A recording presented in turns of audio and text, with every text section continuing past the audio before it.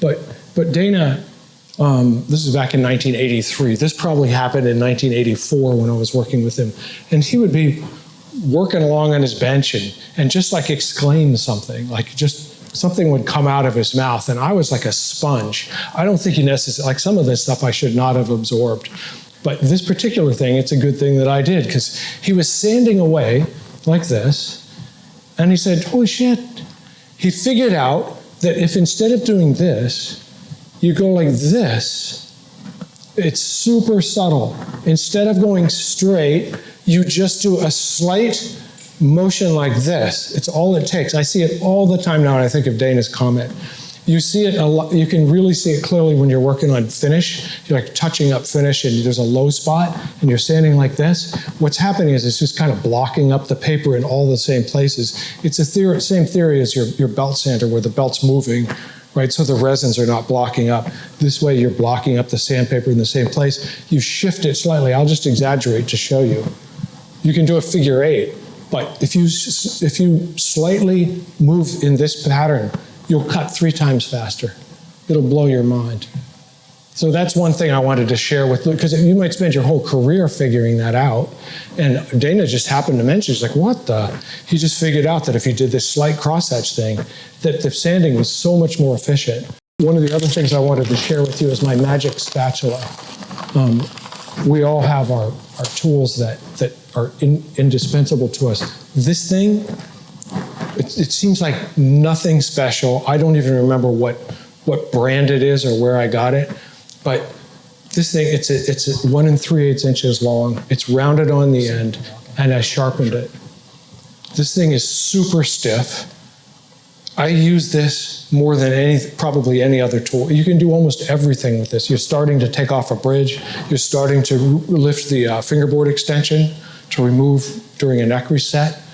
I've been using it most recently with these 3D printed router bases, because after this prints, you have to clear the support out in here, because you can't just print on nothing, so it prints all this support in here, then you have to clear it out. This thing is perfect for that. I just slip it in there, cuts it right off. Anyway, I wanted to share this tool with you because you could spend your whole career not discovering this thing. And I'm here to tell you, if you go home and make one of these, you'll never regret it. Super simple. The other thing I wanted to share with you is this stuff, which I discovered in the last year, and is pure magic. I don't know, it's from the hobby industry. Unfortunately, I don't have a great way to tell you where to get it, but I found it online. This is stuff I ordered from Holland or something, or Australia. It was horrible. Try not to order it from Australia. Try to find it locally. But anyway, these are foam back sanding pads. And I have a lot of different foam back sanding pads, but this stuff, this is like that shark skin stuff. Remember that when that came, well, some of you are too young. In the 80s when that shark stuff came out, it's magic. You're like, what is this stuff? It's called shark skin because it feels like shark skin. They sold it in different grits. I bought it in the hardware store at Ace Hardware. Then mysteriously it disappeared. You know why? Because the sandpaper companies were losing money. So they bought the company and shut it down. I still have some pieces. Don't ask me for them. The private stash. But this stuff is still available because 3M hasn't bought it and shut it down yet. But it's called, the company's called INFINI, Epiphany model, M-O-D-E-L. It's called soft back sanding sponge sticks. They make it in all kinds of grades. So this, I brought 800 to show you.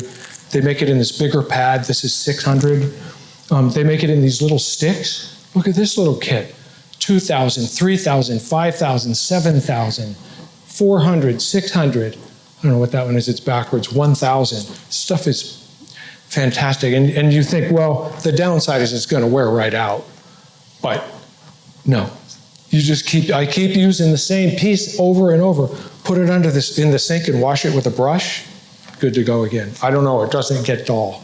I don't know how it's possible, but anyway, I wanted to share this with you. This has actually changed my work life. This stuff is incredible if you want to If you're touching up an area that you're a break in a back or something, and you're touching up that spot, stuff is amazing.